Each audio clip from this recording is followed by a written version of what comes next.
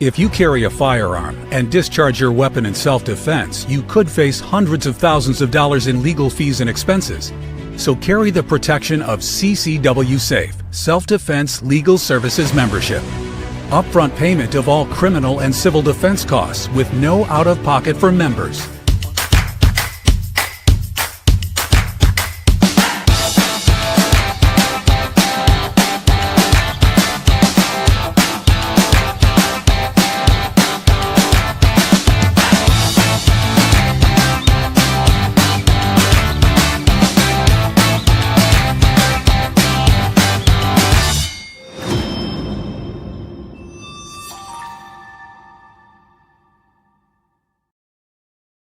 And we are back. I'm Chris. I'm the CEO of Survival Dispatch, joined tonight by my friend Jeff, MD, former CIA operative, author extraordinaire, aka 007. My good friend Randy Nance from back home in Texas, Green Beret, combat wounded vet. And our friend Sam Anthony from yournews.com. Good to see you, Sam. Good to see you too, Chris. Interesting topic we've got tonight. And it's funny, as I was putting the brief together for this, more stuff after more stuff after more stuff that's relevant to it kept popping it up, and I didn't throw it into our brief so that we don't run too long tonight, but it looks like we just lost Jeff. Yeah, there he is. He's coming back again. Sorry, I was clicking on your news and it brought me out of StreamYard. Holy crap. Sam, what are you doing kicking people off? Oh, man, I'm breaking code right now as we speak. So, actually, all joking aside, John Wheaton, my co-host, he was traveling with his family this weekend, so he couldn't do a live broadcast last night. So he recorded an episode at their Airbnb, and then we broadcast it as what's called a premiere. So it's kind of like it's live in the sense that you can do the live chat, but the video itself is a recording. And they smoked our second YouTube channel. I got an email within minutes of him wrapping it up saying that we got a strike, and then minutes after that, the site completely, or the channel completely disappeared. So our second YouTube channel is no more. What bad word did he say? He was describing how you protect your family when you're traveling, especially at places like theme parks. And he held up his EDC pistol. And you're not allowed to show a gun on a live stream, and it wasn't a live stream per se. Show like a Berna or a saber pistol, one that shoots. I wouldn't recommend it because I don't know if you remember this or not, but we're a little bit off topic, but that's okay. So our friends at Unit Solutions, they make AR-15 clones that are training weapons, right? Right. And they're non-lethal, and they've got this really innovative magazine system that mimics a regular magazine in an AR-15, but it's an 8mm projectile, and they could be man marking or not. It's ultra realistic. It's got kickback built into it. You get different lengths, carbines, SBRs, you name it. And one of the features that they have is 3 positions on the selector, so you can put them into full auto mode. So I was showing one of their training rifles. And again, these are training rifles. They're for enthusiasts, military, law enforcement, etc. And I put it on the switch all the way back and let off whatever, a dozen rounds. And they said I was showing an automatic gun and therefore gave me a strike. So then I appealed it and I reached out to people I know at YouTube, and I lost the appeal and they gave us a strike. And that took 90 days to roll off. It didn't matter how much I said, this is not a lethal gun. It's not a real gun. It comes with a letter from the ATF saying this is not a gun. And we still got the strike. So it could have been a squirt gun. Wouldn't matter. Well, it's ridiculous because owning a gun is constitutional. This is ridiculous, in my opinion. That's true. Well, it's those CIA guys who started Google and now own Google and YouTube and everything else. Did not start Google. Started Google Maps. Google Earth. Google Earth. All right. I give it about 20 minutes. Sam will have that on the front of yournews.com. I'm breaking it as we speak right now. Right on. All right. So, well, I'm glad you cleared that up. I was worried it was something I said last week on Friday, I think, when you said that. When I heard when you sent that out earlier, about losing the channel. I was like, man, Yeah. I hope that wasn't what we were talking about on Friday. No, so we had 2 channels, right? So we've got our main channel, 435,000 subscribers. Oh And yeah, I had started that second channel last year, and it's actually saved our bacon a few times, like last night. So what happened is I got an email right away saying that they were giving us a strike on the second channel, which is smaller.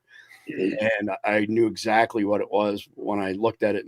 We were in the bedroom watching TV. So I ran in here and I immediately deleted the video from our main YouTube channel because it was only a matter of time before the AI would parse it, smoke our main channel as well. And that's actually the third time that it saved us like that. So whatever. That's why we push people towards Substack. Go to survivaldispatchnews.com, sign up for a free account. You get a ton of stuff with a free account. And if you pay $7.99 a month or $75 a year, which gets you 2.5 months for free, you get even more cool stuff like an invite to our private signal channel. You get a Sunday threat matrix email. You get $370 in SDI e-magazines. Lots of good stuff. Anyway, we're moving right along. So tonight we're going to be discussing the current threat environment, especially as it relates to real terrorism that's being hidden from you by the legacy media as well as governments. And this false narrative that started during the Biden admin that white middle-aged men domestically are the biggest terrorists. And I keep hearing that talking point, repeated by various people. Jasmine Crockett immediately comes to mind. However, before we jump into that, we're going to get the conflicted question out to y'all and then hang with us until the end. So conflictedthegame.com, by the way, we've got a discount code. It's in the daily sit rep. And keep in mind, these questions are set in a post-apocalyptic scenario. So think end of the world as you know it, that sort of stuff. Because sometimes we've had people say those are ridiculous questions, but maybe not so if it's kind of like The Walking Dead, just different. So you are bugging out by foot and you see a crashed prison bus. Inmates are inside, stuck trying to get out. The bus is on fire and they're begging for help. Do you use your axe to break the windshield glass and let them out, or will you let the inmates die? Man, that's an interesting one, but hang out with us until the end. We'll answer it at the end of this broadcast. I've got actually a quick message from a new sponsor. I'll bring the gentleman back on stage in just a second. So this is Noble Gold, and we recently signed them up as a sponsor, noblegoldinvestments.com. Pardon me. So since this is the first time showing, I do have to explain a little bit of the background. 9 out of 10 requests for people to either sponsor us or have something featured on our channels gets turned down for one reason or another. I got to know the guys at Noble Gold Investments, and these are pretty solid, and they do something that's pretty cool, and it's converting your 401k into an IRA that's been backed by gold. It's a far safer way for you to protect yourself and your retirement. So, most people think their 401k is safe, that it's growing, it's going to be enough for your retirement. But, what if it's not? What happens if you end up living longer than you expected and you spend more money than expected? Inflation's more than you expected. It might not be enough. So one of the reasons I like these guys is because they expose something. They said, you want to hear the truth of this? Your 401k was never designed to make you wealthy. It was created in a corporate boardroom to shift retirement costs and investment risk onto you and away from employers, essentially a way to keep your money trapped. And now, of course, as we all know, if you're invested in 401ks, IRAs, et cetera, you're exposed to Wall Street crashes, inflation, uncertainty, all kinds of stuff that you can't control until now. But now you can kind of take back control of your retirement, and by turning to real assets, tangible assets like gold. So Noble Gold Investments have helped thousands of people protect their future by converting part of their retirement savings into physical gold. I can't name names, but we have somebody who follows Survival Dispatch ardently, is in the live chat all the time, who just went through this process, reported back to me that it was seamless. And they're really, really happy with the service. So if you're in that situation, talk to Noble Gold today. They'll tell you how quick and easy it is to go through it. Basically rolling your 401k into a tax advantage gold IRA without penalties, no headaches. And it's at noblegoldinvestments.com. As you can see, Charlie Kirk works with them as well. And this way, you'll basically get your money out of the danger zone and put it somewhere where it's safe. And by the way, they've got a bonus going on right now. If you get started with them, I don't know what the end date is on this because I forgot to ask, but if you open an account with them, they'll send you 2 5-ounce Silver America, the beautiful coins for free. So moving on from there, let's get into the main topic of the night. Apologies for the delays. And let me get all the boys back on stage here as well. All right. Sorry about that, guys. Had to get that out of the way. So, Jeff, I want to... Oh, the cat... He fell off the stage again. There he is. Jeff, I want to come to you first. I drink. I fell off the stage. Twist an ankle. Jeff, I want to come to you first as far as... I mean, you were a CIA... in the field with the CIA for 26 years.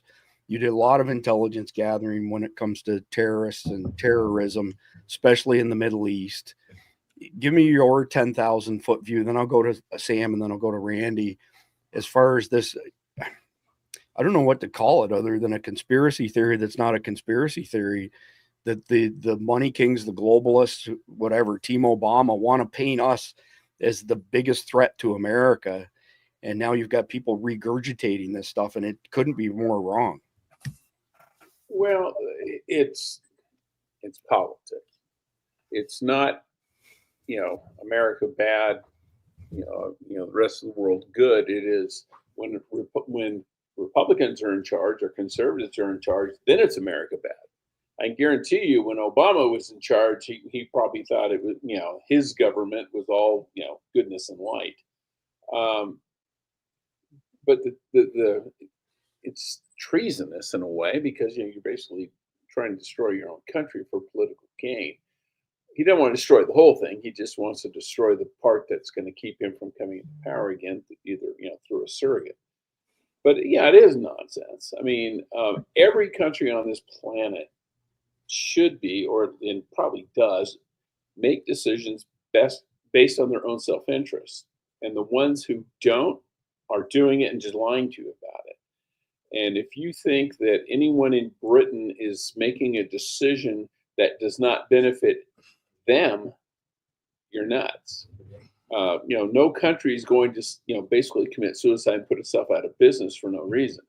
So they just want to, you bring in foreigners, yeah, to destroy your country, absolutely.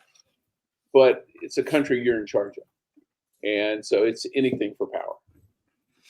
I appreciate that. I noticed that somebody AD33AD2033 made a comment regarding the Rothschilds, Rockefellers, global or terrorism on a global scale.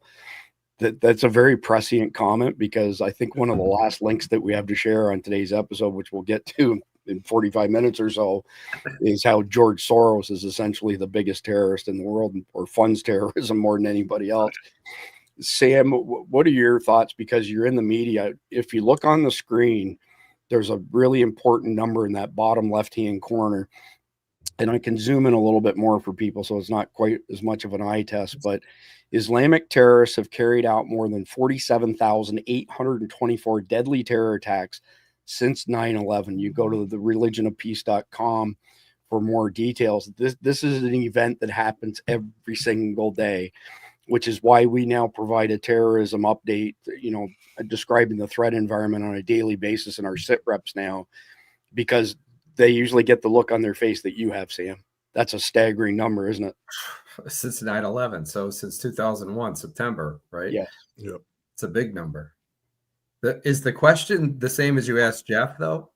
Yeah, I'm curious what your thoughts are on this false dichotomy that they've set up, saying that you and I are the biggest terrorist threat and not radical jihadists, etc. So I do agree with Jeff. Unfortunately, it is political and it is to gain power, and they're doing it so they can split and divide the country. And it's a shame. And I do agree, Jeff, that it's treasonous. There's no reason for it. except if you want to destroy the country you're actually in, get rid of the people that are never going to vote for you and have new people come in to vote for you. So yes, that I totally agree. And I'm just blown away at that number, almost 50,000 terrorist attacks. I mean, do the math on that. Okay. How many is that a year?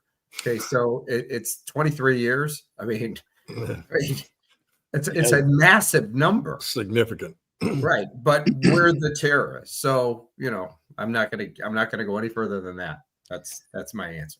Well, let's call it, we're almost at 24 years. It would be 1,992 a year. So a couple of thousand a year. Divided by 365 days, and you're good. 180 or 70 a month. Okay. Five and a half per day. Five and a half terrorist attacks on average per day since 9/11. Randy, you've a bad pun, but you got more skin in this game than anybody else since you were hit with an IED in 2006 in Iraq. Again, give me your thoughts. You went to war to fight for us in our country, and then our country turns around and says you're the biggest terrorist and not the Islamic jihadists. Well, one of the things we've learned in warfare all these years, and we certainly perfected it during the Civil War, was you have to destroy the culture. And right now, the average white man basically is the culture of this country and has been since it began in all these years. It also is when you start using law enforcement in ways that you wouldn't expect, right? And if they're starting to arrest white guys for this or that, then it goes along with that narrative and makes it easier for them. Because as both my panel partners have already mentioned, you know, it's a political move to gain power, but it's also for enforcement. You know, I believe, because at some point, if you look at, they keep bringing all these Muslims in, and they're constantly saying this, but we look at this big number over here, and, you know, we got to realize the good thing is still very few of those were here in the United States as in relevance to how big that number is. We've had a few, but not anywhere like that. But that will start here, or it'll look like in Britain, right? And when they start raping women and doing and pulling crimes on the street, which they're probably already doing in Dearborn, Michigan, they might be right here in Plano, Texas, and Irving, Texas, where Clock Boy came from. But then, as we saw in England, all the white people there said when they tried to defend themselves, the law came down on them. Correct. And didn't punish the criminals. So again, that's where this verbiage comes into play, where when it comes into enforcement. So I think there's a whole lot to this of why they have picked this message.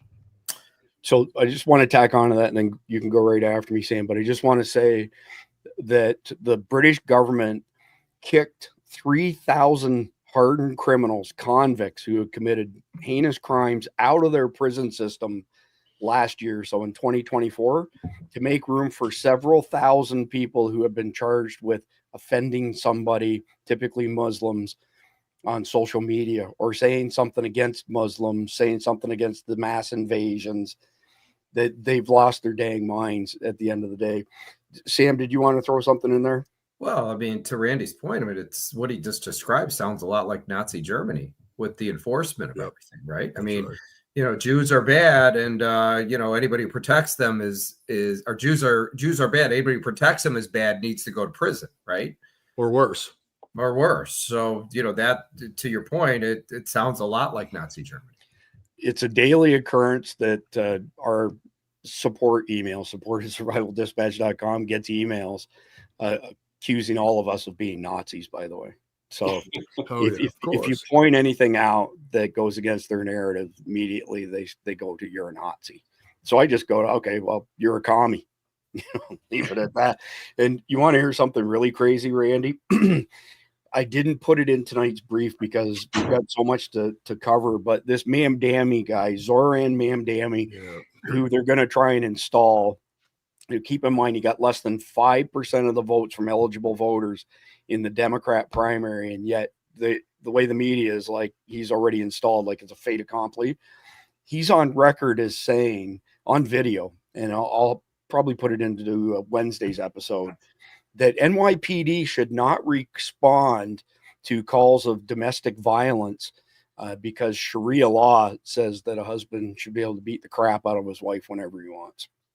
That's who's ready for mayor of New York City. Well, and that's in the Islam faith, you know, and really it goes back to Adam and Eve and people blaming women for biting the apple first and then handing it to us. But the fact of the matter is, and you know, any Muslims that end up hearing this, it's the same for you guys. Adam was right there beside her through the whole event and he never said a word. So he's just as culpable as she is. He could have told her at some point to stop listening, don't buy anything, and he didn't say a word. So it's not all the women's fault. Well, Don't say that. My wife might hear you. I just was thinking the same thing. I'm conditioning her. oh man, funny, not funny, right? Yes. Yes.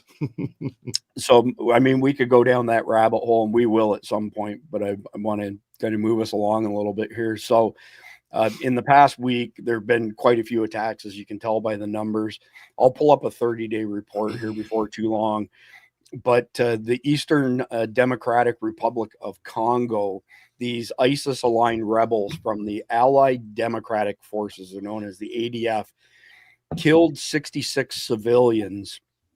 And it was in response to some escalating bomb campaign by the Congolese and Ugandan forces. And as you can see right here, the report, 66 civilians. It gets worse. They were all murdered with machetes. Oh, goodness.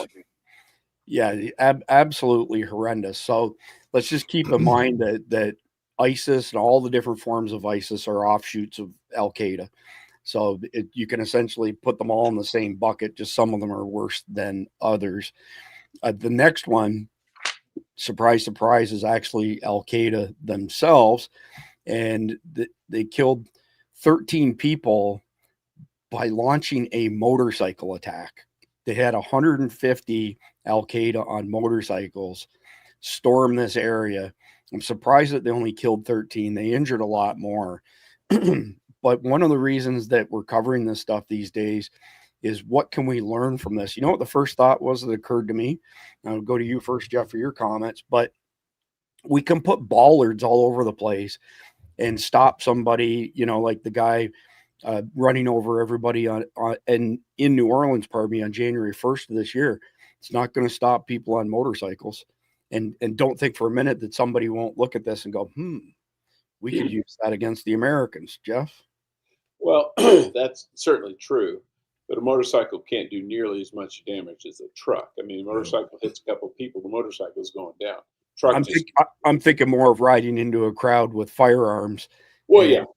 But for that matter, you can just walk into a crowd with firearms. You could, but you stand a better chance getting away on a motorcycle. Yeah, the motorcycle gives you more mobility, but it doesn't give you a lot more lethality. Mm-hmm. The truck itself is lethality, and then if you're inside and you've got a couple of guns, you come out and start blasting. I was thinking in terms of numbers, right? So if you had a bunch of people on foot versus 150 on motorcycles, imagine 150 terrorists show up on motorcycles. The ballers don't stop them, and they're all armed with, let's say, full auto machine guns. No. It definitely increases their reach, lethality more than anything else, and they can spread out, cover a larger area in a shorter amount of time. But 150 terrorists, whether they're on motorcycles or on foot with semi-automatic weapons or fully automatic weapons, it's gonna be a mess. Yeah, for sure. Sam, did you have a thought there? Well, the 150 motorcycles, because how many people can you put on a truck? Okay, so 150, like you see, spread out, and so they can do a lot of damage with 150. It's 150 people with automatic weapons that could. I mean, that's why I'm surprised the number is only 13. Yeah, I mean, you would think it'd be a lot more, but it's just a way to have. This is all happening in Africa. Is that where this is? Yeah. Yes. Yeah, Jeff, what part was it again? Was it the Southern or something? Eastern Congo, I believe, right? Yeah, I think that's what it said. Yeah. So this place is just as bad as the Middle East, if not worse. Worse. Yeah. Worse. Because no one cares. There's no oil there. And they have their governments are just actually democracies. I mean, all they do is rip people off. Lord of War. Did you guys ever see that movie, Lord of War? Yeah. Very similar. Well, Randy and Jeff, maybe you could weigh in on this. It's when we do the threat index on a daily basis, I have essentially a formula that I've built, and it always comes back to Africa as being the epicenter. Then it's the Middle East, and then it's elsewhere. Randy, just kind of give us the high level overview on your part of why Africa is such a hotbed. And then Jeff, I'd like to hear your thoughts as well. The only thing I can add to it is these are poor countries that they're not well organized as far as law enforcement is concerned. And I think a couple out of those 13, by the way, were law enforcement in this particular instance. Go ahead, Randy. Well, I think what you're looking at in Africa, one of the biggest issues we've already touched on, and then you can take it a step further. All these governments, and a majority of them over there, aren't just poor, they're dirt poor. And they can't really do much. And then they're just corrupt. You know what I mean? The corruption level is unbelievable. And then you take the global view, no one cares about Africa. No one. I've been saying it for years, long before all this stuff started, since September 11th, but long before 2020 came along, that, where you can tell that the liberals not is disingenuous, and all that they talk about is because when you ask them, okay, well, why does anybody stop anything what's going on in Africa? Because it's been going on for a long, long time, and it's only keep maturing. And, so you're going to have where basically society is unraveled and it's a free for all. And that's exactly why you see what's going on in Africa. And then again, none of the other countries care about it enough to go in there and stop what's going on. They just want to go in there and use them for whatever resources they can actually pull out of the country. And so that's what you see, and no one's going to stop it. And these people are just running amok. It's the mob mentality is basically how that rolls. And then finally, I'll talk on the motorcycle point, because motorcycles are very agile. You can get through a lot of places. You don't have even an alley between trees. You don't really have to have roads per se. But, there's a reason why. And, I don't know if they could do anything about people just single person riding on a motorcycle. But Jeff can correct me if I'm wrong. But I think even still to this day, because of the Pablo years, you cannot ride with two people on one of those Thesbas or a motorcycle inside Colombia, because there was when it went real bad between Pablo and the government there, then Pablo sent out dudes. There were two guys. There'd be the guy driving and the guy on the back, and several of them could pull up to a car and dump about 100 bullets in a couple of seconds into that car and assassinate whoever they wanted. And they did do that. Sense. So then they eventually made it outlawed. Now I think it's still to this day, you can't ride piggyback on a motorcycle, I call it a Thez, but it's like a moped. Yeah, I guess scooter. So Jeff, I want to hear your thoughts on this whole Africa thing and Randy's thing. Then Sam, I'm going to come back to you for your thoughts on people just don't care about Africa, like your thoughts on that, why it doesn't seem to be very important to most people. But Jeff, go ahead and tell us why Africa is the epicenter of this stuff. Well, there's a number of factors. One, they have a significant Muslim population. Yes. There, where you can recruit people from. They are very impoverished, which means they have nothing. So if someone walks in and offers them, 72 virgins, if they go blow themselves up, it probably sounds pretty good to them. The governments are completely ineffectual. They can't do squat. I'll be G-rated. They can't do anything. They're corrupt as hell. And even when they have natural resources, and there's a lot of natural resources in Africa, but that just means the corrupt government has something to plunder. That's right. It never makes its way down to the average guy. And Nigeria is a classic example of that. When Nigeria runs out of oil, that country is going to implode because there is nothing else. Nobody cares. It's pretty frightening when South Africa is the most Western developed nation and government on the continent, sub-Saharan. And that's pretty frightening because there's some scary dudes. Yeah. The only ones who ever really cared were the French. They had their former colonies. They had a lot of interest there, Niger, Côte d'Ivoire, and all that. because they had those poor guys, when they were given their independence back in the 60s, the French just raped them economically. And finally, they have come to that realization where they don't need the French, and they basically kick them out. And so the French are hurting, but now the French don't care because it's like, well, we're not making any money anymore, so screw you guys. The Brits used to be there in like Kenya and stuff, but they've been out for so long they don't care either. And so the Western nations don't give a rat's ass. The Chinese are in there; they're sitting there to rape and pillage. They're not going to send troops in. They don't care. They just want to get their money out. Not even their money. They just want to get stuff out: gold, silver, cobalt, you name it. And they know they can. So well, that's China's Belt and Road Initiative, right? Where they make these loans to these poor countries, knowing full well the poor country will never be able to repay them, and then they foreclose. Yep, and they take that rail line that went all the way across your country that carries 60% of your trade. Yeah, we own it now. Yeah, exactly. Or that dam we built, that's ours. So all the electricity coming out of it, that's ours. Well, and all the natural resources. Arthur G made an interesting comment. I was thinking being stuck in traffic on a motorcycle, cutting between lanes.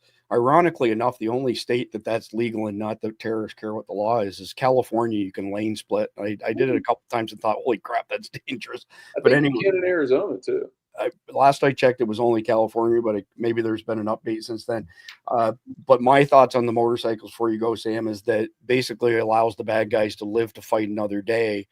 If they can get in and out quicker on something more mobile. And then, Jeff, correct me if I'm wrong. I can't remember if it was you or somebody else said that when they recruit these suicide bombers, whether it's AQ, ISIS, whoever, they give these suicide bombers a big chunk of cash and say, go out and go hog wild, sleep with all the hookers and women that you want to. Allah will forgive it because you're about to, embark on this righteous mission, so on and so forth. I'm curious, wouldn't that kind of stand out to intelligence guys like you, and all of a sudden one of these guys has got oodles of money to blow? Well, if you're looking, you get, we've got a lot of wealthy Middle Easterners in the United States who go to college here, and and they're going out hitting the bars and the clubs. But if you look at the 9/11, the hijackers, a lot of them were living in the Atlanta area. They were hitting the clubs and the strip clubs and everything else.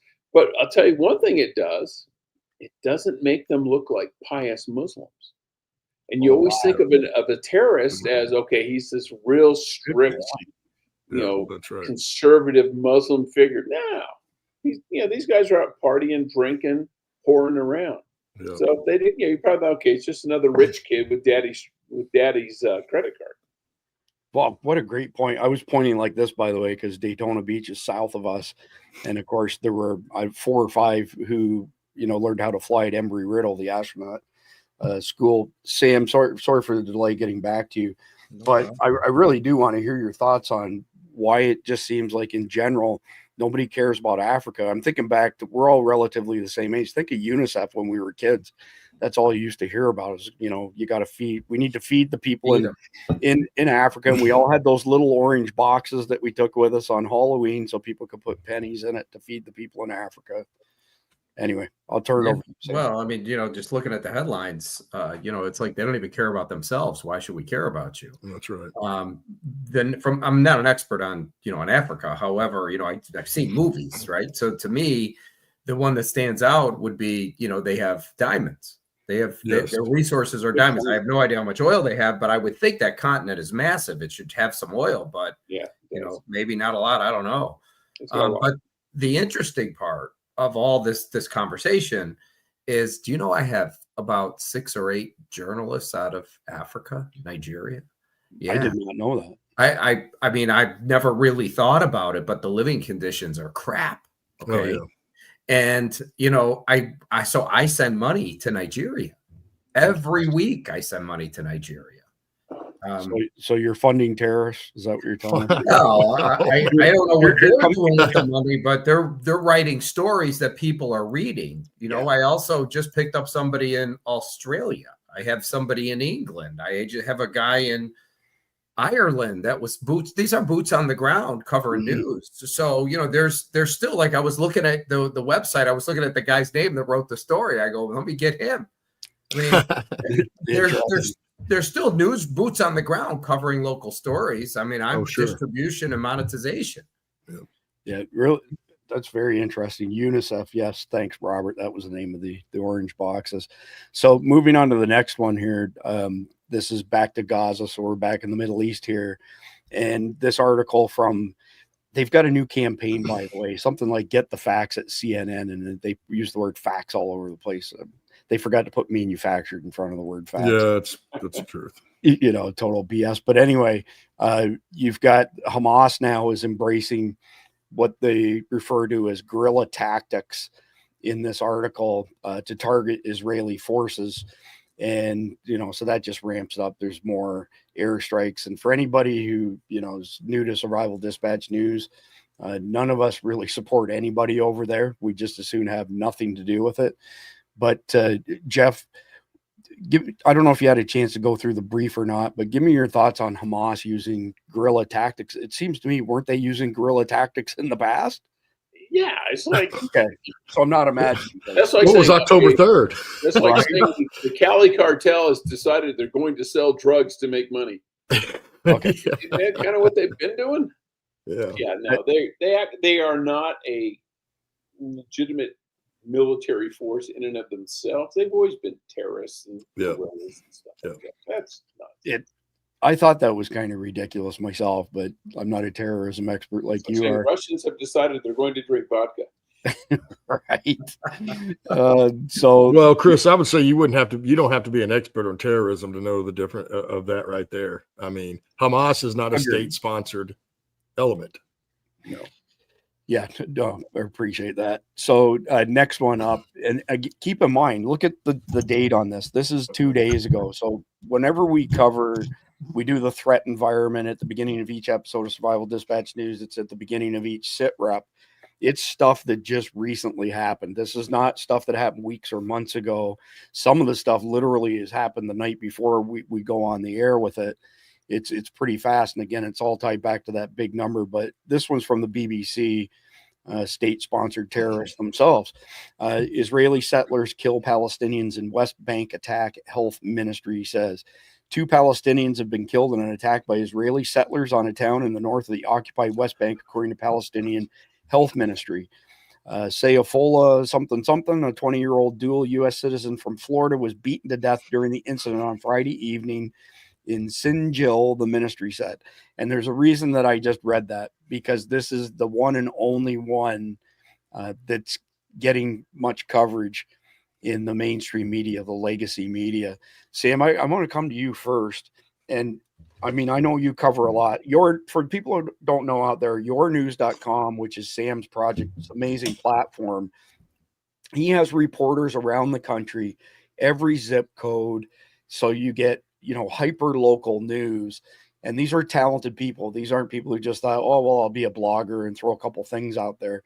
And I didn't realize that you had more of a international reach. And I'm just curious, Sam, does anything come to mind for you recently, let's say in the past year, where these foreign, journalists have put stuff up regarding terrorism on yournews.com? I'm wondering if the word's getting out there, because it's certainly not getting out through other news channels unless they're like Survival Dispatch News. I certainly don't see it every day, but we get news. I don't see every article that comes in, and we get a lot of them. I'm just, the reason we get all these people is because they have nowhere to go. You want the truth? Nobody's hiring. I had a conversation with a young woman out of, I don't remember where she was, maybe Silicon Valley, but she's been out of school for 1.5 years, journalism school, never got a job. She can't find one. So she either has to come to do something like what we do, or go pick a new occupation, because nobody's hiring in that field. So the interesting part is you look at my website, we're all US based, right? But we have a world news section. And what I'm finding is I'm getting signups from all around the world, other people. Not to the degree like I get them with the US, but. Just to clarify, when you say signups, you mean journalists, citizen journalists. Oh, yeah. Covering the thing that happened in in Ireland where there was rioting, like, I don't know, a Mhm. month or so, something like that. I mean, I actually had a guy on the ground that was, taking Amazing. photos. I mean, amazing, right? So there's nobody that's hiring these people. That's the key. The whole legacy media is imploding. And what I do will end up replacing the legacy media, but the demand is massive. I mean, on LinkedIn Navigator, people that call themselves freelance journalists, there's 2 million plus across the globe. Think Wow. that. Okay. United States, 500,000 people. Yeah, it's an amazing number, and I just want to comment on Sam's platform as well as the fact of Survival Dispatch News, Keith Graves, etc. None of us have any skin in the game. In other words, there's no money kings with deep pockets that are paying us to publish our opinion or to report news. It's just the raw facts, whether we like it or not. And that's the difference between yournews.com, Survival Dispatch News. I know if that sounds a little bit like a promo, cheesy, it's the truth. It's why people don't trust the legacy media anymore, because just follow the money and it'll always take you to the source, right? So I want to get into this next one. I'm going to start with you, Randy, then I'm going to go right down the list here because this is pretty crazy. So again, if we look at terrorism, from that 30,000 foot view, we're not talking the vast majority of them are related to Islam. Almost all of them without fault. Like there's a Timothy McVeigh comes along every 2 or 3 decades sort of thing. But these day-to-day ones that adds up to over 47,000 since 9/11 in 2001 are tied back to this religion of peace. So we had a shooting on the weekend in Lexington, Kentucky, and it was a white guy who reportedly had mental issues, but had embraced Islam, became a Muslim, was pro-Hamas. And I don't know if y'all heard of how this unfolded, but basically there was a traffic cop. He was a trooper, so he wasn't a traffic cop, but he pulled this guy over for a traffic violation. Next thing you know, they get in a shootout, and the bad guy gets away, gets to the church, ends up shooting and killing 2 women, plus he shot some other people, and then the trooper finally caught up to him and shot and killed him. But this is a roundup here on X, okay? So, and I'm going to paste this one into the live chats, by the way, because there's just a ton of information on this. But essentially, this guy, he'd been reportedly identified, as Guy House. He is Guy House. This is from 23 hours ago. Pro-Palestinian convert to Islam. He entered the Richmond Road Baptist Church, Lexington, Kentucky, killed 2 women. 2 others were seriously injured. Kentucky State Trooper was injured. This was the one who he shot at the traffic stop. And this was the update from immediately after it happened. Suspects dead, 1 officer shot and injured, 2 women killed, 2 others injured, 1 critical. I have not seen an update on the other 2. Here's the 2 women that were murdered. And, a free Palestine Muslim man wearing how do you pronounce that, Jeff? Keffieh. Keffiyeh. So basically, this was never just about Jews, is what this guy's saying. He's got an Israeli flag there, but they want Christians killed too. That's not a stretch at all. Here's another one from Right Angle News. Guy House, a radical pro-Palestinian leftist with anti-Trump and pro-immigration views, has been identified as a gunman in today's Lexington, Kentucky church shooting that left 2 women dead, several others injured. Randy, I'm going to come to you first. I don't think we've seen the end of this. Anybody who follows our friend Keith Graves over at Christian Warrior Training, you can get a lot of news like this that doesn't always hit the mainstream news, right? Because again, it doesn't fit their narrative. Well, of course not. And then you look at all the other Islamic countries, right? If they're an Islamic state, Christians are being killed there all the time. By the thousands. And there's no coverage there either. Why? Because they're bringing a bunch of them here, and they don't want you to think at some point that might start happening here. But here's the problem: with sooner or later, this is also what happens. This guy was probably, his cheese probably set off his cracker a long time ago, and he converted to Islam. And the funny thing about Islam, it speaks to the very poor and disenfranchised, but also the lunatics. Speaks right to them, right to the heart. Boom. And then they do this kind of stuff. He won't be the last by any stretch. And then, of course, with us talking the other day that there's probably 1 million or so terrorists or more that we know of came in during the Biden years that are legitimate terrorists. We're going to start seeing a lot more of this, and we're going to start adding to that 47,000 number ourselves in this country. Yeah, Mike Gunner made a good comment too. It's not just the bad guys are Muslim.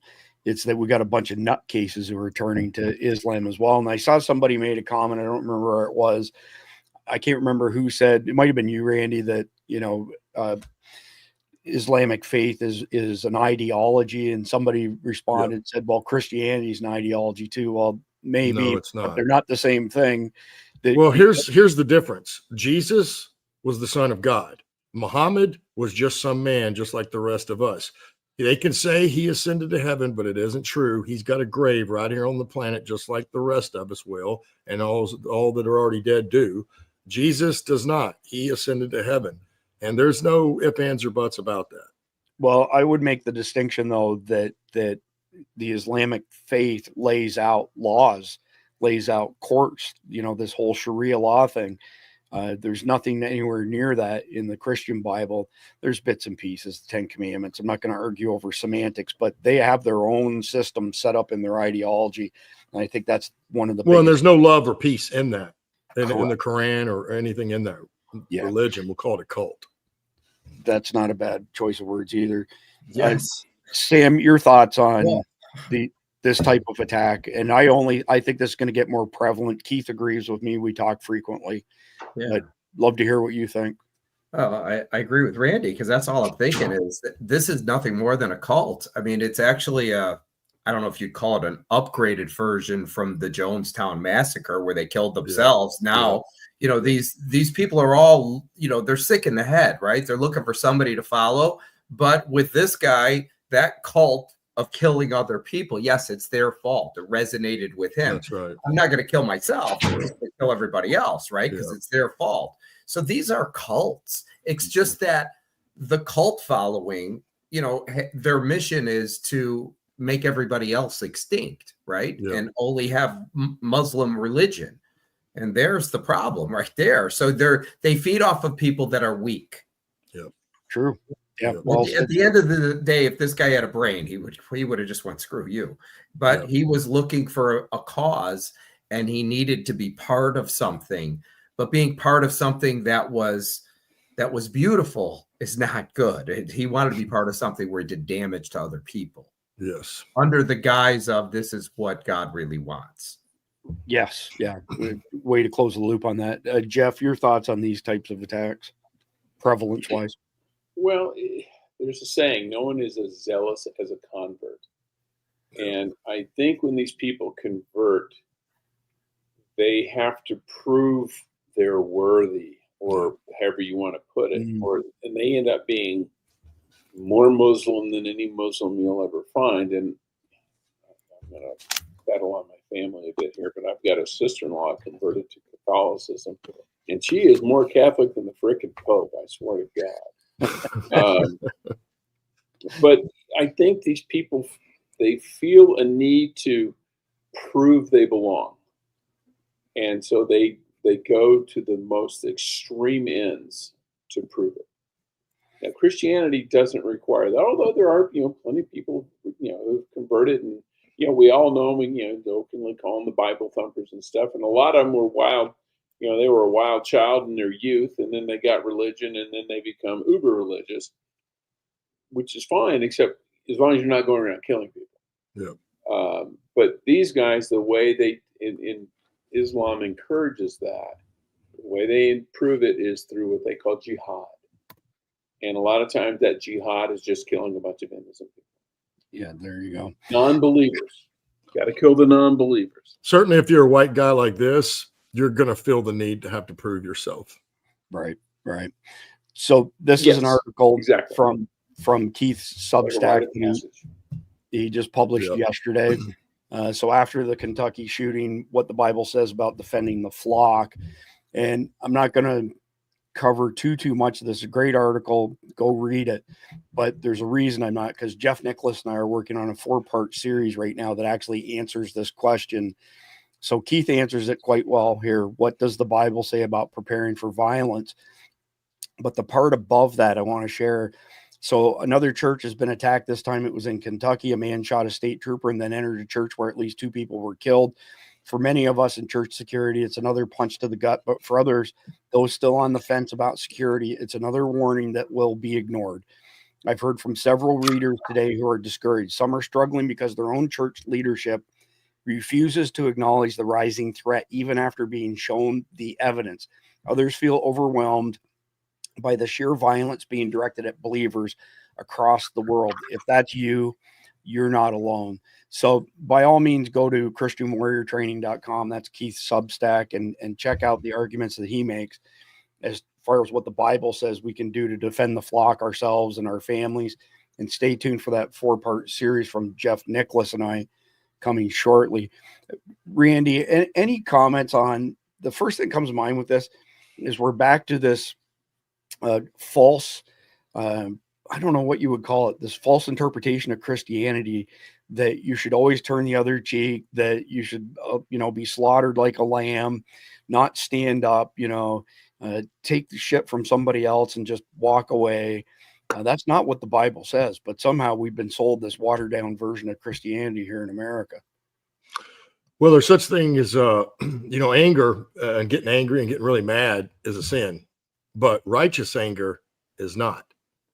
And we have an example of that from Jesus when he walked into the church there, the tabernacle, when they were gambling and selling things, and he went and turned over those tables. He did that as violently as possible. Now, no, he did not hurt people or kill people, but he did not turn the other cheek either. So yes, there is a time to turn the other cheek, and the Bible describes that as well. But this would not be that instance. If people are going to walk into your church and start shooting and killing people, it's not just for you to turn and just take that bullet and die. That's never what it asks. And in the Bible, I wish I could remember there's a few verses that talk about, you can defend yourself. Yeah, there's multiple ones for sure. Yeah. And again, we'll be covering that sometime soon. So I want to throw some examples out there of how the legacy media loves to present white males as the biggest threat. And I got to admit, I'm not familiar with this group here. I went and did some research on them.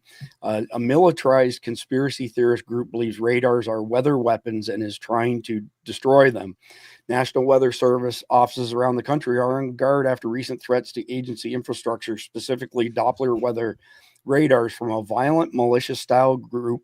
Emails from the National Oceanic and Atmospheric Administration Security Office shows the group Veterans on Patrol, which the Southern Poverty Law Center defines as an anti-government militia organization, views the National Weather System's network of Doppler radars as weather weapons, according to an internal NOAA email sent Monday and seen by CNN. And I'll bring this up because here's your Southern Poverty Law Center.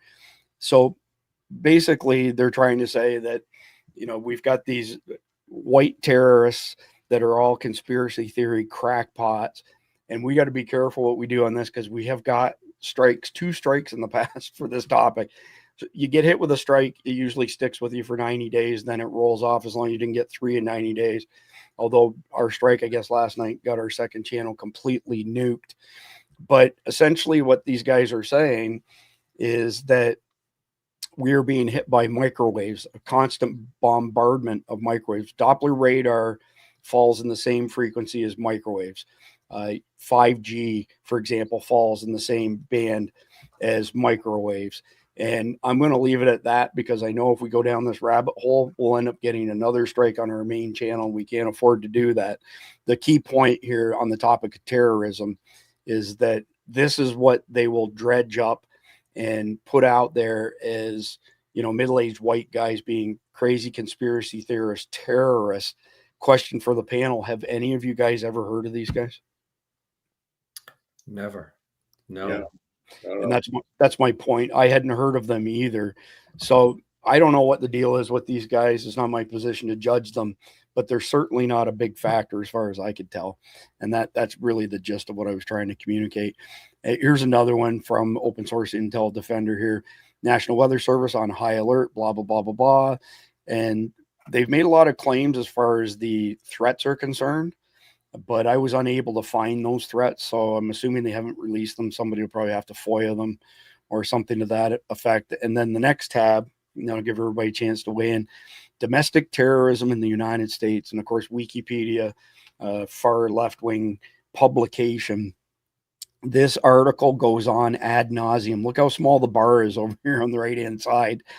This entire page focuses on right-wing extremists and white guys being responsible for 73% of domestic terrorism. Did you know that? 73% is committed by us. Yeah. Our demographic is responsible for 73%. It is not AQ, ISIS, none of those guys.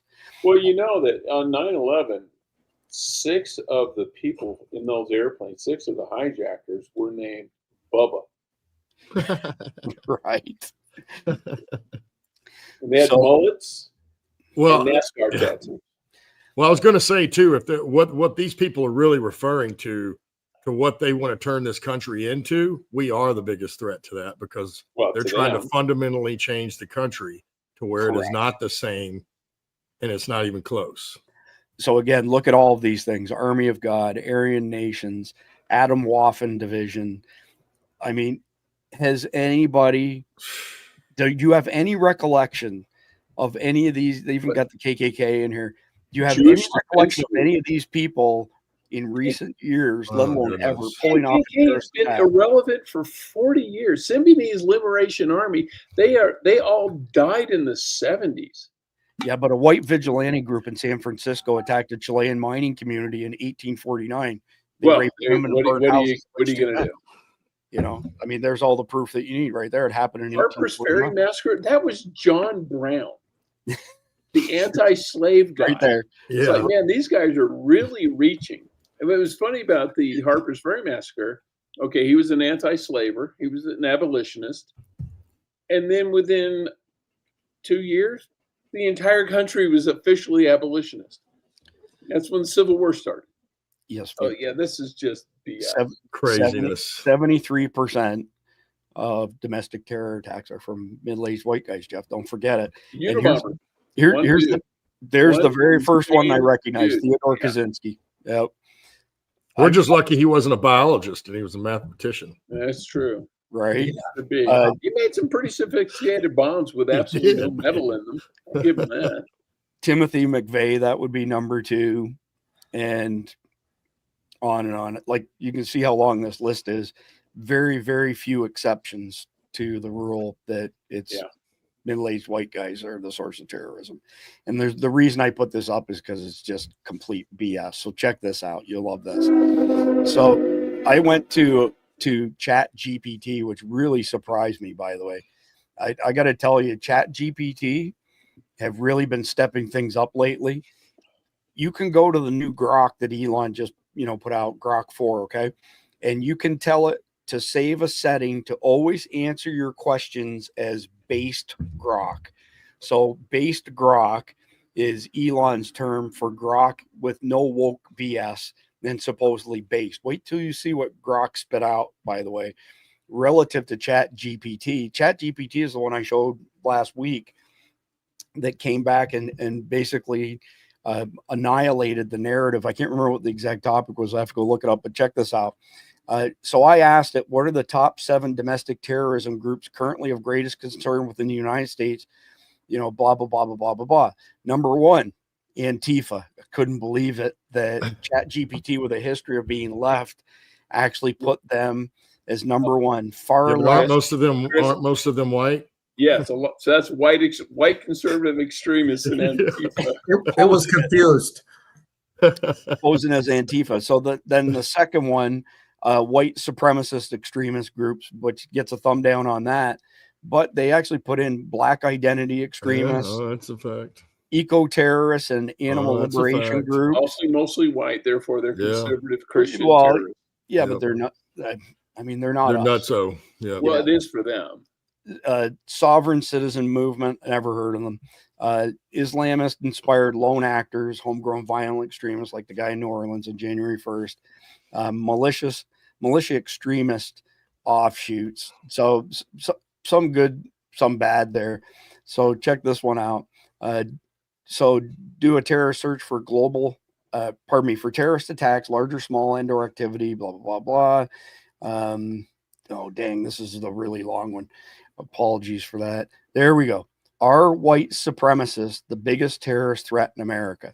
White supremacists have been consistently identified as a significant domestic terrorism threat in the United States by federal agencies like the DHS and the FBI. Reports from 2020 to 2023, including DHS's Homeland Threat Assessment and FBI statements, indicate that white supremacist extremists have been responsible for a majority of lethal domestic terrorist attacks since 2018, targeting racial, religious, and LGBTQ plus communities.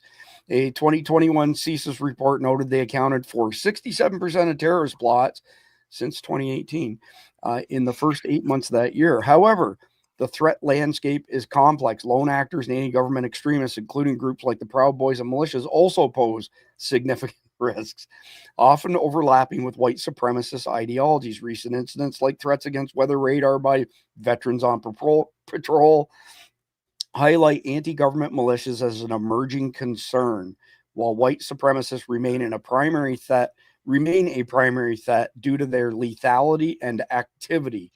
With broader domestic terrorism, environmental includes diverse ideological actors, blah, blah, blah, blah. So there you go. Okay, Pulse nightclub, Orlando. Perpetrator. Muslim.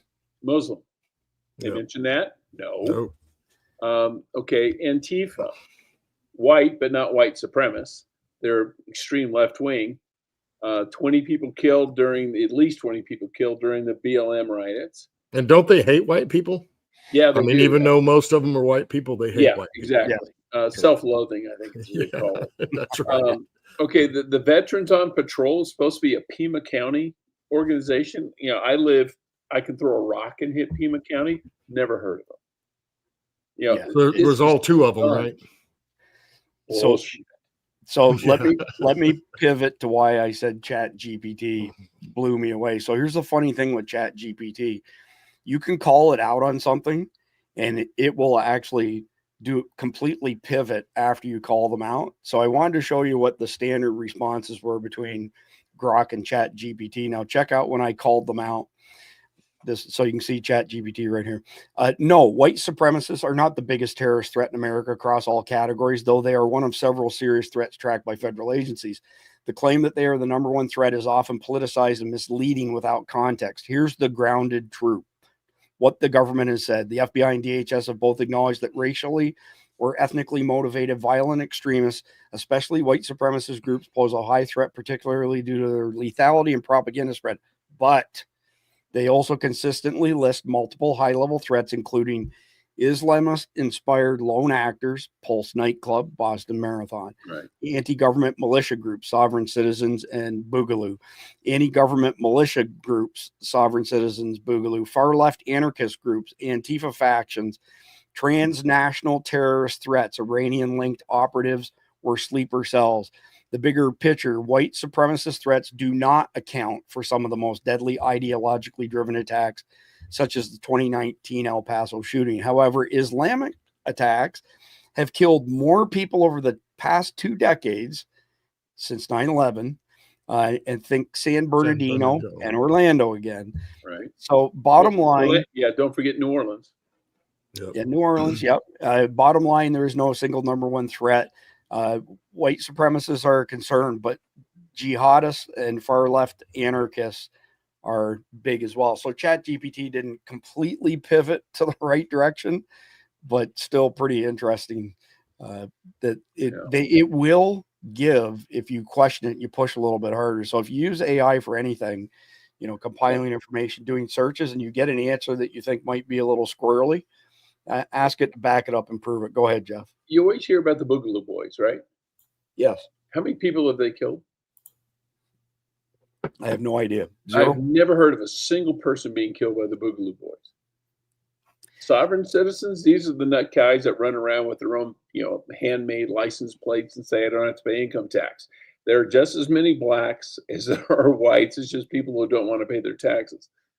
Or to answer in court for traffic tickets and stuff. Yeah, they don't show up. Oh, you have no authority. I can drive wherever I want. Well, not when the state pays for the road, you don't. But yeah, so they're ignoring facts. Yeah. Well, last year we've done a lot of episodes on various types of terrorism. You may recall that the last time we broached this topic on white supremacists, that the Patriot Front was considered the number one threat, and the Patriot Front is basically a honey pot. It's a trap, right? Yeah. These are federal agents posing as white domestic terrorists to try and draw people in with a honeypot. So check this out. And I'm going to come to you, Sam, on this because I want to know how many of these you heard of. List of killings in the name of Islam last 30 days.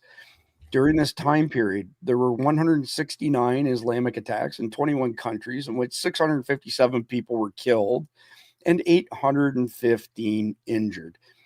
And look at all these countries here. Most of them are Africa. If they're not Africa, they're Middle East. But this is how long this is a rolling 30-day report on the religionofpeace.com. And I've been following this guy for over 20 years. But that's the list of the past 30 days. And I would hazard to guess, other than what we've covered here tonight, probably nobody's heard of any of these attacks because it's that suppressed. Go ahead. Well, okay, go up a little bit because I want to see the number again. I'm so blown away. I'm like, is this for a year? And you're like, no, it's 30 days. So list of killings in the name of Islam last 30 days. And here's your numbers right there. So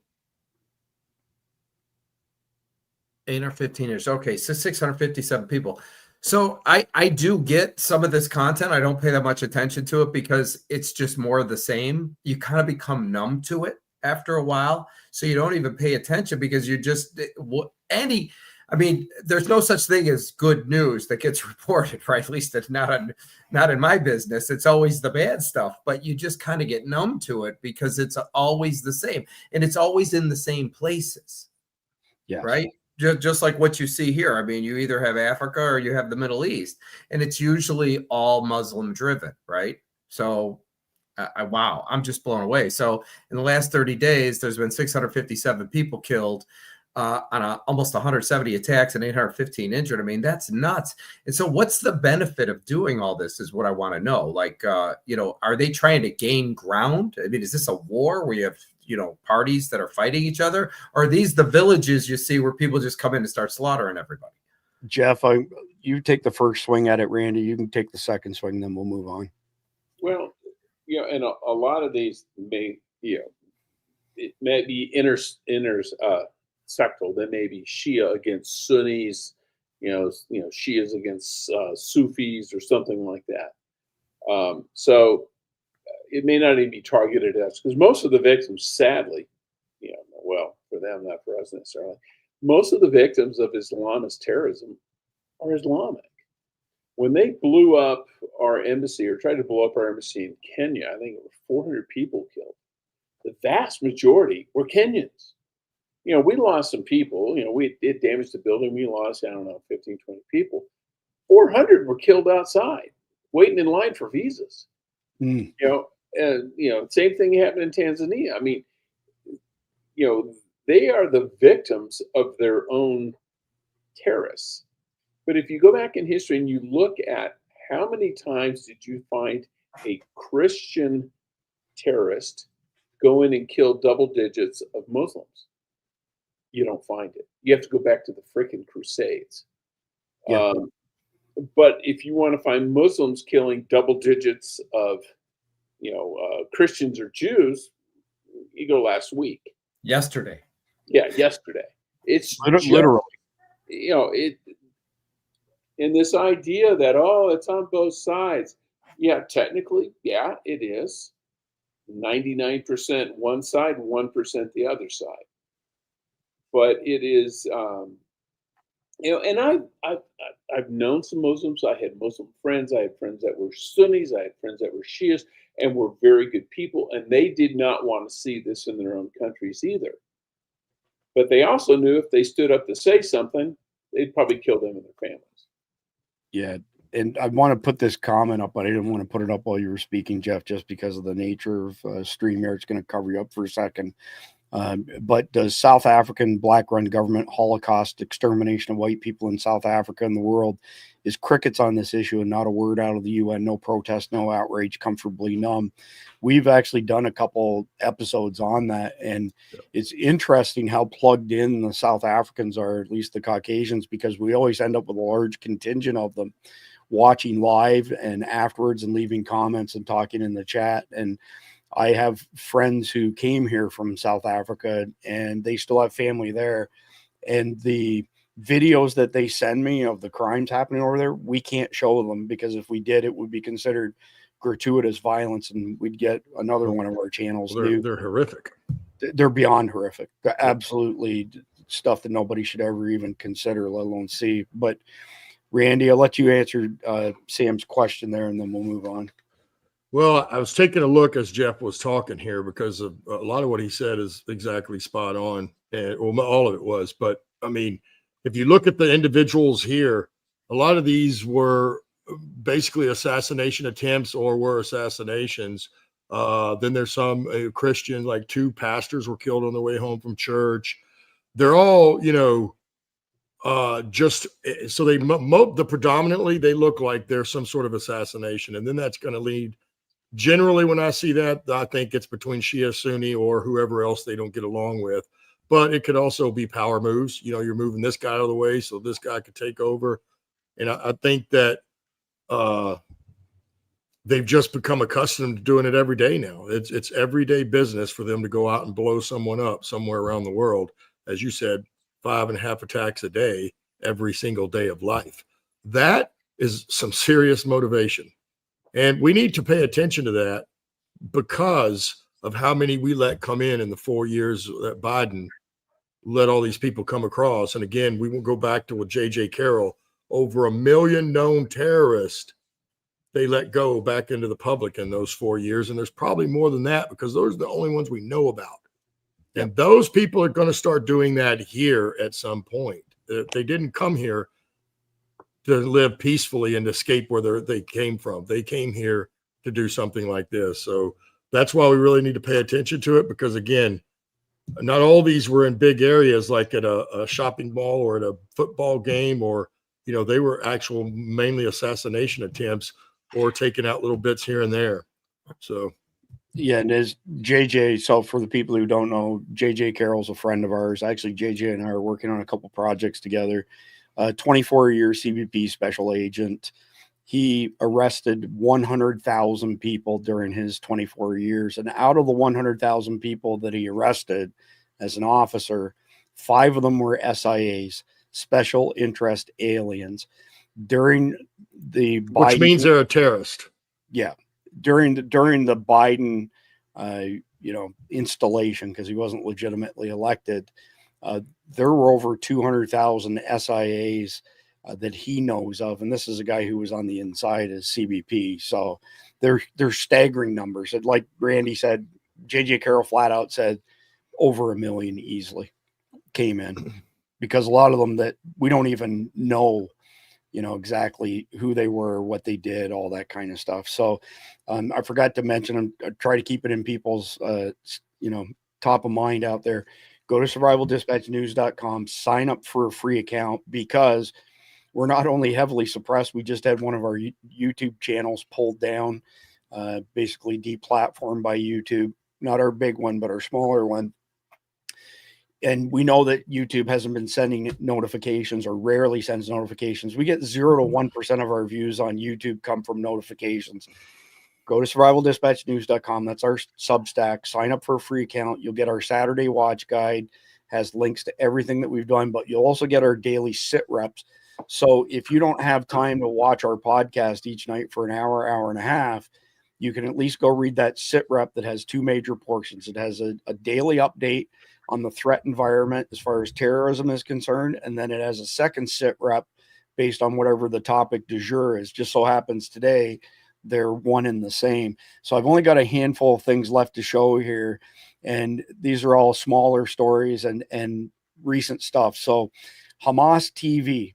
All homosexuals, without exception, should be killed. Burn them alive, throw them off a high place, or stone them to death. How do the Queers for Palestine think about this? I mean, Case for Gaza. I don't know. There's not really much to add to this, right? But you've got them out there waving their, rainbow flag, thinking that they're doing a good thing, when if they were there, they would be killed. Well, you know what I think is ironic is it is part of their culture. And there were people, like everybody knows, of the Green Beret that beat the police captain up because he was raping a young boy that he had chained to a pole. Mm-hmm. And then he got in trouble for beating the guy up. Yes. Because it's in their culture. But then, so they rape little boys all the time. It is their culture. They do it constantly. When you're in Afghanistan, they tell you when you go up to a tent, you hear music, do not go in the tent, because they have the little tent boy in there and they're having sex with him, not raping him. At this point, the kid just does it. But then again, if you turn out to be homosexual as you're an adult, they're going to burn you to death or kill you. It makes no sense. Jeff, can you expand on that? Because you were in Afghanistan. What are those poor little boys called again? And tent boys. And the tent boy. Yep. Yeah, tent boys. And in their culture, if you're pitching, it's not gay. If you're receiving, it's gay. So technically, the little boys are gay, but they look the other way because they want to have sex with little boys. Wow. And in fact, part of the problem when the Taliban kind of took over the first time, it started out as a dispute between two warlords over they both wanted the same little boy. It was like a lover's quarrel. And except the little boy had no say in the thing. So this is one of the many reasons why I personally, and pretty much everybody at Survival Dispatch, just flat out states these people are not compatible with us. They're not compatible with our culture. They don't belong here. No. That's all there is. I don't care how, you can call me a xenophobe, whatever you want. Those are the facts. So check this out. Did y'all catch the North Africans going on a rampage in Spain last night? Some really brutal assaults. Here's a short video, 22 seconds. Armed North Africans wreak havoc in Torre Pacheco, Spain. Allah wants this.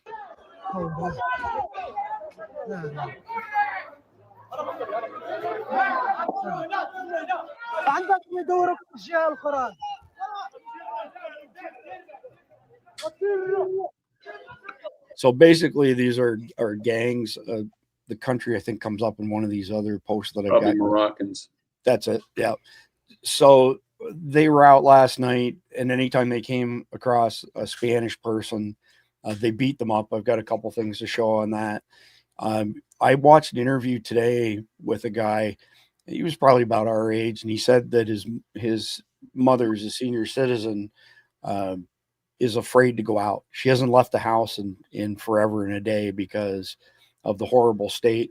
There was something like an 80-year-old guy in Spain assaulted just prior to this incident, and last I heard he was clinging to life. But this next one here, for whatever reason, I can't get the video to load, so I don't know if there's a problem at X or what. I've tried them multiple times today, but basically, Tommy Robinson, North Africans film themselves attacking lone Spaniards in Torre Pacheco. One can be heard shouting, "Let them kill him.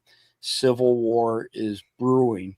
And here you go. So I can't remember what that translated to. I actually translated earlier. Let's see here. This is how a gang of North Africans left a man who was walking with his wife in Torre Pacheco. They tried to kill him. So, I mean, he's busted wide open. They beat this guy with a cinder block, which, again, Civil Wars probably doesn't even come close to describing it. So moving on from there, we've got this video with Tulsi Gabbard, which I'm going to play, but the National Counterterrorism Center identified 600 individuals with ties to terrorists who came through our borders illegally, claimed asylum, and under the Biden-Harris terrorist administration were paroled here within our borders. In the meantime, they were given social security numbers, driver's licenses, work permits, and state and federal benefits. The Democrats have unleashed terror attacks. It's unreal. Minute and 16 seconds, and we're just about, I think we got one more story, conflict of question, and we're done. I'd like to highlight just 3 of the areas where we are helping to support your leadership and your work in making America safe again and bringing about these changes. First of all, because of your designation of cartels as foreign terrorist organizations, I took immediate action with our National Counterterrorism Center to prioritize their focus on those terrorists and gang members who are trying to enter our country through legal or illegal means, and to seek out those who already are here in our country because of the Biden administration's 4 years of open borders. We've been working very closely with your great Attorney General's team at the DEA to get these known cartels into our systems, to be able to stop them at the border, and turning over names to Department of Homeland Security and the FBI to be able to find those who are already here in our country. Just the other day, we found 700 alien terrorists who have ties to MS-13, Tren de Aragua, and the Sinaloa cartel. Just yesterday, our NCTC identified almost 600 individuals with ties to other terrorists who came through our borders illegally, claimed asylum, and under the Biden administration were paroled here within our borders. So, Sam, I want to come straight to you. I mean, you're in the news business, yournews.com. There's the giveaway. What are your thoughts on the fact that our country was flooded with a whole bunch of people who hate our country and the mass deportations that are underway? And for people who don't know the number, the one big, beautiful bill has $175 billion set aside for dealing with the illegals, and $75 billion out of the $175 billion is going directly to ICE. We're going to see a lot more manpower, and we're going to see things go way up. Jeff, would you know where that would rank them as far as global military budgets are concerned? $175 billion a year is almost bigger than every army out there. Well, that's a rounding error for Social Security, Medicare, and the military. But as far as the other, probably the only other countries, that would be Health and Human Services. I'm going to look. Medicare. I'm going to look up that comparison while I turn it over to Sam just to comment on. This is a massive task ahead of us, number one. Number two, for those who aren't aware, the largest mass deportation in history was done by Eisenhower in the early 1950s, and he deported 1.2 million Mexicans, and it was called Operation Wetback.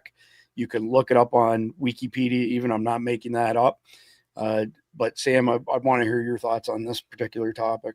This is just kind of easy. I mean, they want to change the culture of the country, right? And so bringing in all these illegals, and making them citizens is what their end game was. So they can, basically destroy the culture of the country, and they can bring in people that were dependent on them so they can get votes and stay in power. This is all for power. This was nothing more than a power move. And as I see it, the Democrats look at this country and they see a way to enslave us and take everything we have. That's how I see it, right? So in other words, keep taxing the crap out of them, printing more money, let's steal money through NGOs and funnel it back to ourselves, okay? And these people are just working for us and they'll do what we say. Trump, on the other hand, looks at this as the exact opposite. He looks at the United States as like the greatest business model on planet Earth, right? And so, with these new tariffs, I mean, I heard Scott Bessent talking about, how this is going to add $4 trillion a year in additional revenue just from the tariffs. So am I wrong on those numbers? Because that's exactly what I heard. We haven't brought that in as of yet, but I guess once all this stuff is done, all this money coming in, and this is just off tariffs. It doesn't mean that there's not other monies that are going to be coming in from other places, but ultimately what Trump's trying to do is basically get us all. This is how I see it. I think his goal is becoming the greatest president in the history of the United States. And I think he does want his face on Mount Rushmore after he's dead. And I think, and I do. I mean, and why wouldn't he? I mean, if this guy actually pulls this off, gets rid of all these illegals, makes it so only American citizens can vote, seizes control of the, of the Fed and takes our money supply back, then tells the Fed, we're not paying the interest on any of it, so go away. I won't use the F word on that one. And all of a sudden, we don't have to pay federal income tax anymore. And ultimately, he even says this is going to be where, if you're a citizen, just like if you're a citizen of Alaska, you get dividends because of the oil that's being pulled out of there, right? I think what he wants to do is pay all the citizens here. I mean, this would be the ultimate game plan to pull this off. It's going to take a lot of hard work and a lot of luck, I guess, but he's well on his way. So this was just all it was designed to do was to keep power in place, because at the end of the day, as I see it, by the time they go back to, if they're going to go back to paper ballots, but by the time they rip out all these illegals and get them out of here, and they go and Trump signed the executive order that only U.S. citizens can vote in elections. So you've got the blue states that are fighting that, they will lose 100%. Then they go back to the census where they have to go count everybody and get rid of all the illegals. All of a sudden, all those seats have been lost by the Democrats. They're never going to win another election again. It's over.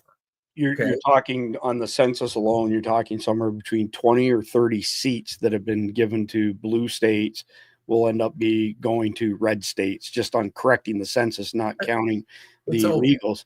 But further to your point as well, last month we ran a surplus. The federal government ran a surplus because of the tariffs for the first time in over 20 years since Bill Clinton was in office.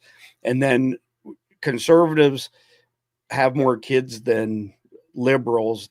Not a whole lot more, but they do have more. But the Democrats know if they don't import all these people to vote for them because they don't breed, there will be nobody to vote for them, because that plus all the other crazy stuff of cutting your body parts off and basically not being able to have kids because you have mental illness, thinking that you're the other sex. But check this out, Randy. This is 2024 military budgets converted to US dollars. So our budget last year, $997 billion. Yeah. China, $314 billion.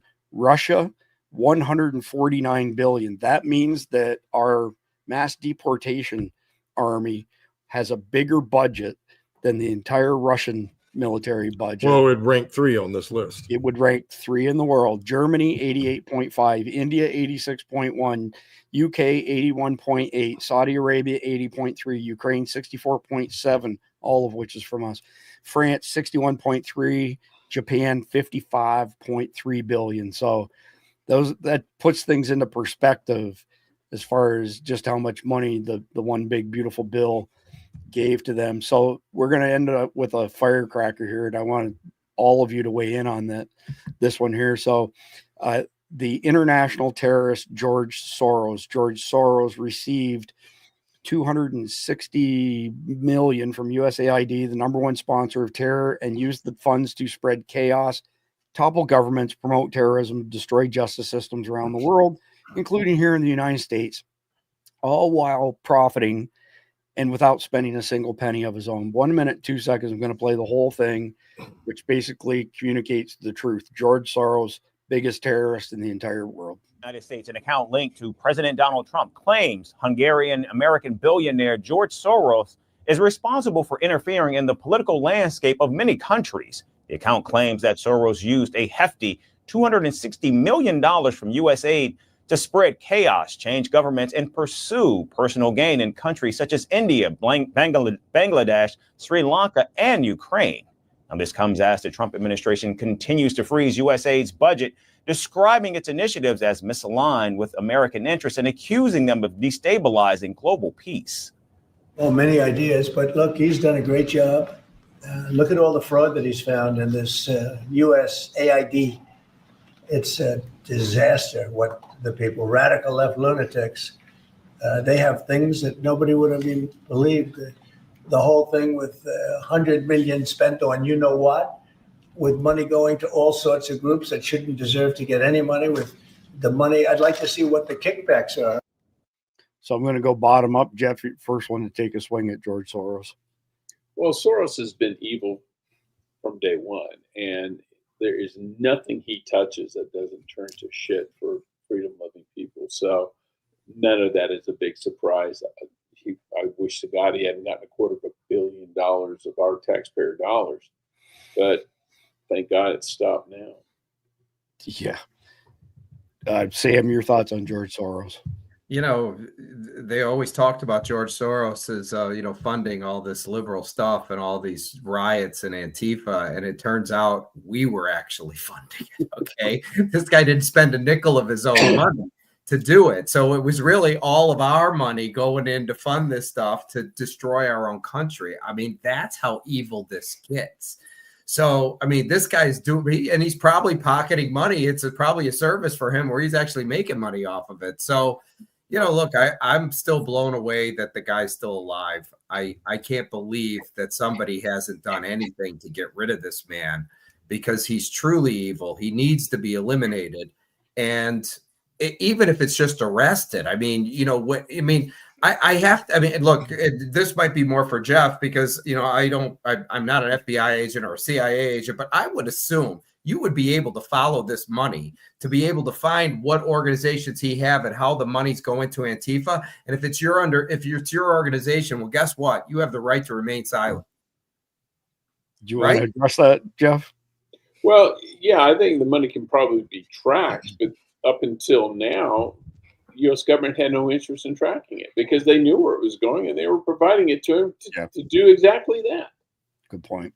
So how long does it take? Antifa didn't exist if you asked Jerry Nadler. There was no such thing. Yeah, well said. Randy?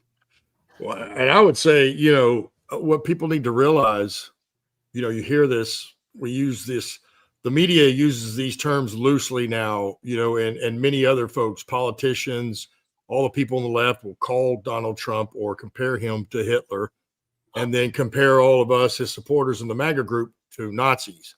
Well, George Soros, the senior, actually was a Nazi back in the day in Germany. He was one.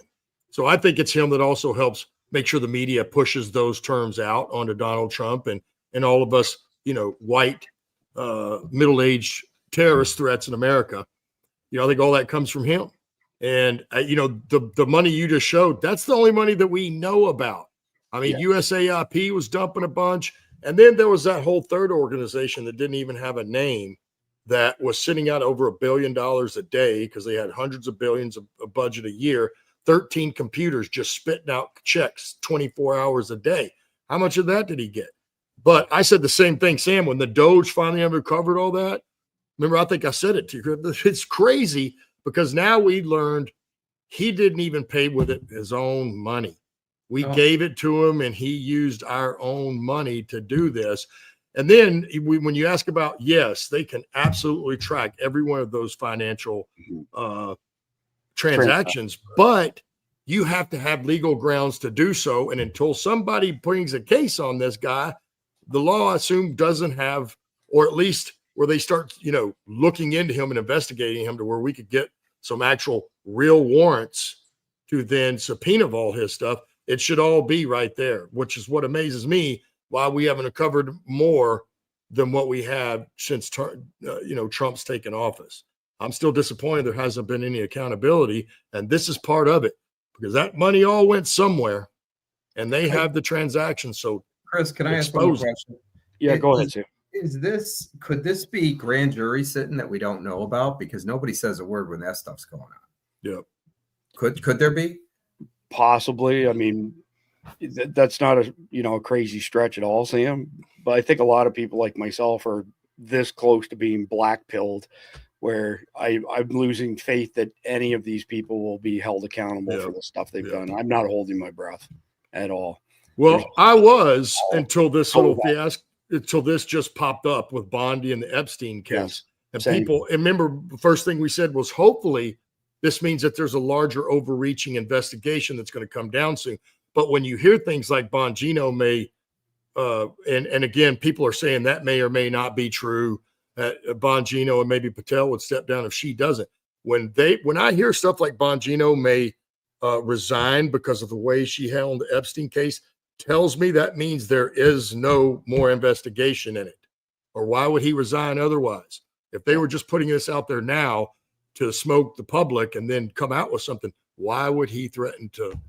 And I won't, we're running long and I want to get us wrapped up here. So I won't go into the Pam Bondi, rabbit hole. We've done it before. suffice it to say, since the day she was nominated, I've been on. Well, I was just trying to make that correlation. No, I appreciate that. I just wanted to say that right from the get-go, I've been saying she's not good. This is a weak pick on Trump's part. She's not on our side, and for a whole bunch of reasons. But I won't get too deep into that tonight. I want to get to the last few things here. So, you know, everything that we've discussed tonight, every angle of the terrorism, whether it's global, whether it's domestic, there's something that we can all learn from it, right? So then what are the action items as a result of that? I like to assign homework at times to our audience, so we're not just a bunch of talking heads and then the audience gets disenfranchised and thinks, well, there's nothing I can do. There are things that you can do. And I want to hear from everybody else on the panel, but just quickly from me, you know, train for SHTF at whatever level you're at. If you're physically unable to go out and train in the physical sense, then prepare in other ways. Stockpile food and ammunition, and make sure you have a good spread of news sources, including people like us at Survival Dispatch News, who don't have a dog in the hunt. We don't get paid. We don't make any money from anybody by putting the truth out there or putting a narrative out there like the legacy media. So make sure you're getting information from multiple sources, including yournews.com, which is Sam's. But Jeff, I'll go right back to the bottom and start with you. Anything else you can think of for our audience to do in light of all the things we touched on tonight? Well, you know, be skeptical. Don't accept anything, even including what we say. Don't accept it at face value. Do your own research. Look around, look at the sources from both sides of the spectrum. You know, someone on the extreme right is probably not going to be 100% accurate. Someone on the extreme left certainly isn't going to be. The truth is always in the middle. So do your own research. Amen to that. Sam?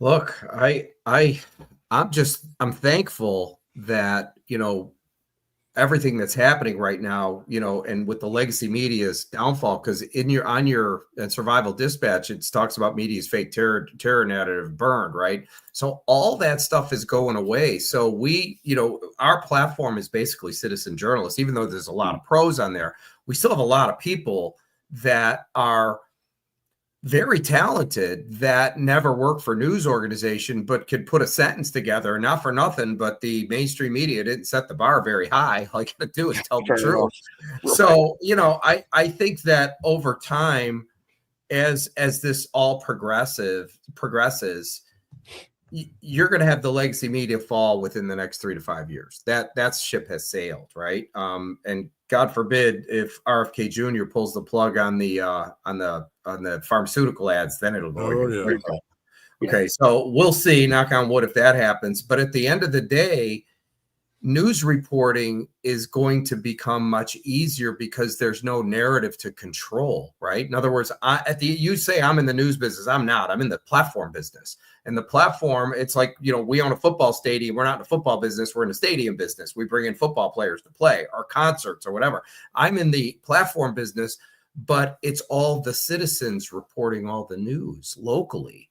And so I think what'll happen is as this gains traction and gets even bigger and bigger, you know, we'll get to, you know, 5,000 and 10,000 and 100,000 news reporters. I mean, look, in the last 6 months, I brought on 850 news reporters. Okay, 850 news people. So that number is going to be over 1,000 soon. And then, you know, and all I have to do is amp up the marketing side and I can bring it even bigger. We get a ton of articles every day, but I'm bringing this up for a reason because I actually believe that as you start building a bigger microphone, if you will, you're going to draw in more people, and stories that would never be allowed to be run by the mainstream media for whatever reason are all going to go. And now when you start setting light on stuff, it's going to change the dynamics of everything. Agreed. Yeah, agreed. Thanks, Sam. Randy, anything you can suggest to our audience? Well, it's something we've said many times. You need to turn the TV off. If you're still watching any of that legacy media, even for 10 minutes, you really need to just turn that off altogether because they're not telling you the truth. And none of us sit there and listen to a family member that lies to you all the time. Why are you going to sit there and listen to the media do it and just pretend like it's not? Everybody knows this at this point. So stop, you know, and again, the biggest part of it is that people now, you know, used to as Americans, traditionally, our whole 250 years, we questioned everything. Just because you said something, put it on the news didn't mean it's true. But now in today's time, that's completely reversed itself. And most of our population just accepts whatever they tell them is the truth and, doesn't ever give it another thought. So my final point is, the same thing that Jeff said, go do your own research, man. Don't sit there and just take somebody's word for it, no matter what the media outlet is, that it's the truth. Agreed. Arthur G, by the way, is going to be bringing back fishing news. I do have one last thing. I wanted to give a shout out to Dale and Lena Porty. I think it's Porty. Yep. They reached out to me on the app. And so I just want to say hello. Hey, good to hear from you guys. Thank you, Dale and Lena. Yeah, good people for sure. They're from South. Beaumont. Yeah. Yep. So yeah, definitely good people. And so speaking of the audience, this is the reader submitted story of the day, and this is with regards to vaccination information from Tokyo. And you'll see where I had to cut off at the bottom. Japan's shocking mRNA vaccine revelations. 21 million vaccination records expose alarming something. And guaranteed, if I say what the something is, that'll be another strike, and that'll be the end of our YouTube completely. So I will say this: go to Aussie, AUSSIE 17.com, Aussie17.com. Just look for Japan's shocking vaccine revelations, and there's a reason that we felt that this particular article from Mr. Skylight was worthy of the story of the day. All right, so back to our conflicted question, and then we'll wrap this thing up. You are bugging out by foot, and you see a crashed prison bus. Inmates are inside, stuck trying to get out. The bus is on fire, and they're begging for help. Do you use your axe to break the windshield glass and let them out, or will you let the inmates die? Jeff, you're up. I would probably help them get out, because you don't know what they're in for. Nowadays, they could be in for not paying a freaking speeding ticket. Right. I would still want to give myself some cover, maybe start the process so they can get out, but it's going to take them a little bit, and it gives me time to clear the area. Fair enough. Sam? I'd let them out. Okay. These people aren't going to be thinking about killing you. They're trying to get out. They'll be thankful for that that you let them out. So yes, I would definitely let them out. Randy? So it's a tough one for me. If I look over there and see it's one of those maximum facilities, you know what I'm saying? I may not even go start the process. No, I don't know. I'd probably be more like Jeff. I'm not going to just go open it up to a bunch of criminals, because yes, if it's a bus full, you have no idea what they're going to do, and you don't ever second guess what they're thinking. And I may start the process where they can finish it, but I want to be clear of that when they start coming out. Yeah, this is definitely a tough one. If I think a lot of it for me would depend on whether they were shackled or not. So if their legs and arms were, shackled together, I would break the glass so they get out alive, but I wouldn't help them get out of the shackles, put it that way. Yeah. And they'd figure it out all in good time. Maybe leave an axe behind, maybe leave the axe for them and let them deal with it. Sam, you got something? Well, I'm just thinking, I think a real question should be, so you have Pam Bondi and Dan Bongino and Cash Patel do their job. And you have Nancy Pelosi and you have Chuck Schumer and you have the squad all in a bus arrested for treason, and it's on fire. Do you break the glass and let them out? I don't really want to say what I would do on I would probably throw gas on it. And help them out. You put them out of their misery. Yeah. All right. So I want to mention that Sam is doing some crowdfunding right now on his platform, yournews.com. Go to our sit rep for today. So go to survivaldispatchnews.com, sign up for a free account, hit today's sit rep, go to the bottom where my signature is, and you'll see the link in case you're interested in investing in his platform. He's got something pretty special there, and it's another great tool for, dispensing the truth to people out there. John's going to be back tomorrow night, usual time, 7 p.m. Eastern. Jeff Randy, JJ Carroll, Jeff Nicholas, and I will be back on Wednesday with a special episode on basically supercharging Tom Homan's mass deportation efforts, especially from a hands-on policing perspective. And other than that, I think we're ready to put a wrap on this thing. Appreciate everybody. Appreciate our sponsors big time. Go to carnivalt.com. Use the coupon EATMEAT, all one word, get 10% off. Premium freeze-dried meat. It's amazing stuff. I ate it all. Everything they sent me, I ate. So, and if I stockpile more of it, I'll just eat more of it. So anyway, Randy, Sam, Jeff, appreciate your time and insight. Appreciate everybody else out there. Please like, share, comment, subscribe. Enjoy the closing video. And God bless America. God bless America. Thanks, guys. See ya.